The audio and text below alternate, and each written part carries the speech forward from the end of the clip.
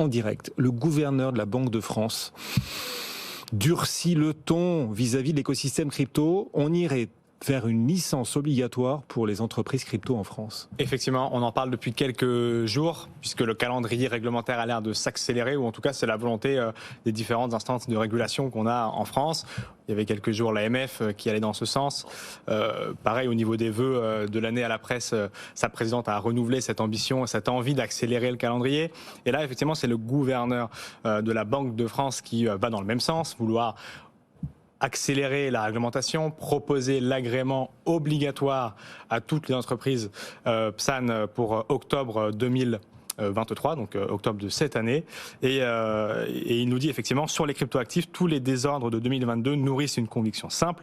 Il est souhaitable que la France passe dès que possible à l'agrément obligatoire des PSAN, plutôt qu'à leur simple enregistrement, et ce, bien avant l'entrée en application de MiCA. On rappelle, MiCA a été voté l'été dernier sous la présence de la France. Donc effectivement, il y avait cette ambition déjà d'accélérer, ou en tout cas d'uniformiser et de mettre un niveau supplémentaire de sécurité auprès des investisseurs au niveau européen. Ça rentrera en application et en vigueur en 2024-2025. Mais d'ici là, avec la crainte un petit peu des fantômes de FTX, ou la peur de voir un FTX français ou un FTX bis, les instances réglementaires françaises souhaitent que ce niveau-là arrive de réglementation bien avant et uniquement en France. C'est très dangereux, on le rappelle. Owen Simonin Asher a eu l'occasion de le dire. Faustine Fleuret, présidente de la DAN, qui représente 200 entreprises du secteur, a eu l'occasion de le dire. À vouloir surprotéger ou à vouloir tout simplement protéger, on risque pour le coup de mettre en danger les entreprises. On risque d'étouffer les entreprises françaises. Cette proposition a été votée au Sénat avant les vacances de Noël.